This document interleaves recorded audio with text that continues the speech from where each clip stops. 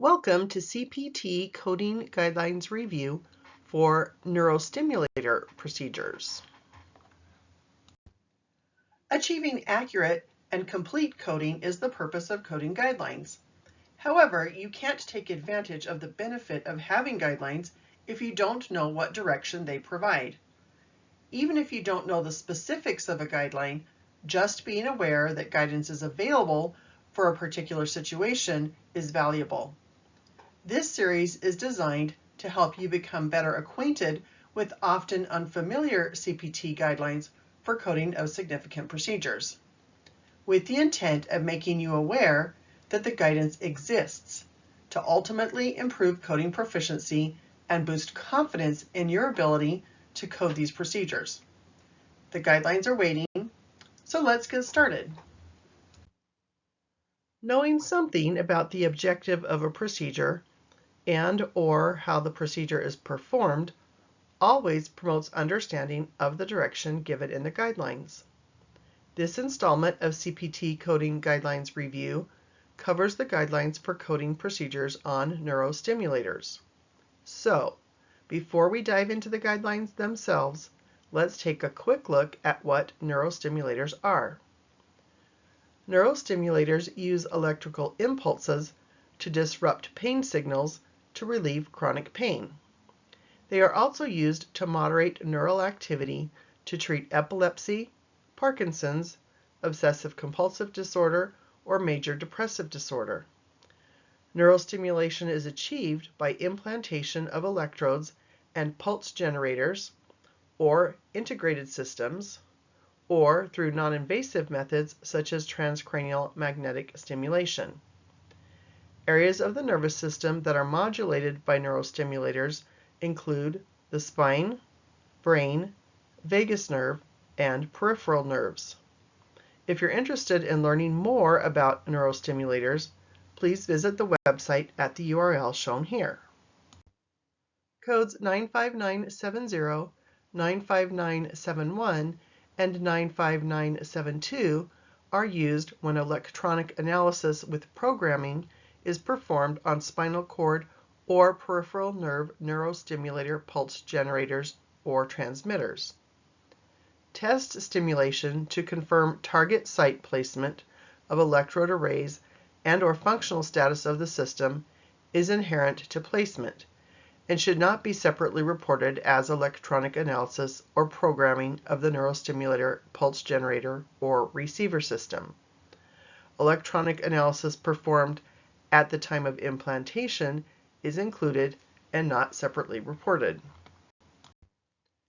A neurostimulator system includes an implanted pulse generator or an implanted receiver with an external transmitter, a collection of contacts or electrodes which make up an electrode array, an external controller, and, when applicable, an extension and/or external charger.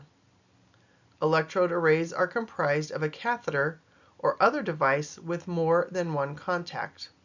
Electrode arrays are the component that actually provides the electrical stimulation. Neurostimulator systems are differentiated into implant types based on their number of components.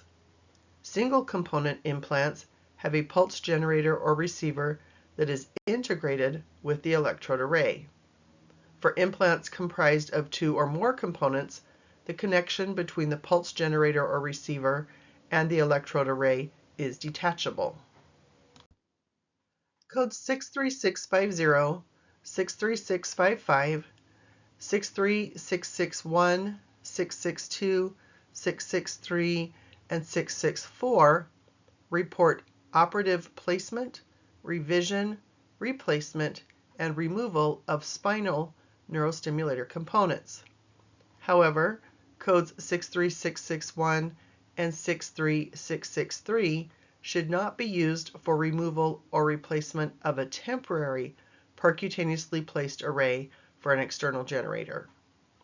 For percutaneously placed neurostimulator systems, those which are reported with 63650, 63661, or 63663, The contacts are on a catheter-like lead. An array is the collection of contacts on one catheter.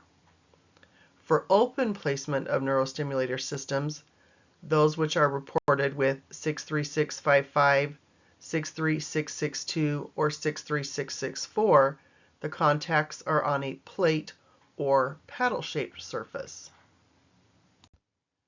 Category 1 codes 63650, 63661, 63663, 63685, and 63688 report insertion, replacement, revision, or removal of a percutaneous electrode array and neurostimulator that requires creation of a pocket and a connection between the electrode array and the pulse generator or receiver. When these procedures are performed for a spinal cord or sacral electrode array with an integrated neurostimulator, please see Category 3 codes 0784, 85, 86, and 87T. Insertion of peripheral nerve neurostimulators requires codes to report placement of the percutaneous electrode arrays and the pulse generator or receiver. Placement of percutaneous electrode arrays are reported with codes 64553, 64555, and 64561. These same codes are used regardless of whether placement is temporary or permanent. Codes 64590 and 64596 report placement of the pulse generator or receiver.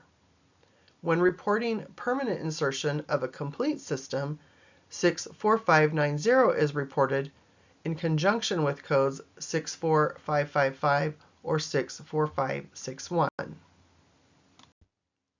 The codes for placement of the generator or receiver portion of a neurostimulator differ in the method by which this component is placed. Code 64590 reports insertion of a neurostimulator, pulse generator, or receiver requiring creation of a pocket and connection between the electrode array and the generator receiver. And 64596 reports permanent placement of a single component comprised of an integrated electrode array and receiver. Thanks for watching. Health Information Associates is committed to providing educational products that help coders to be their best. So be sure to check out the other presentations in the CPT Coding Guidelines Review series, as well as our full catalog of courses at hialearn.com.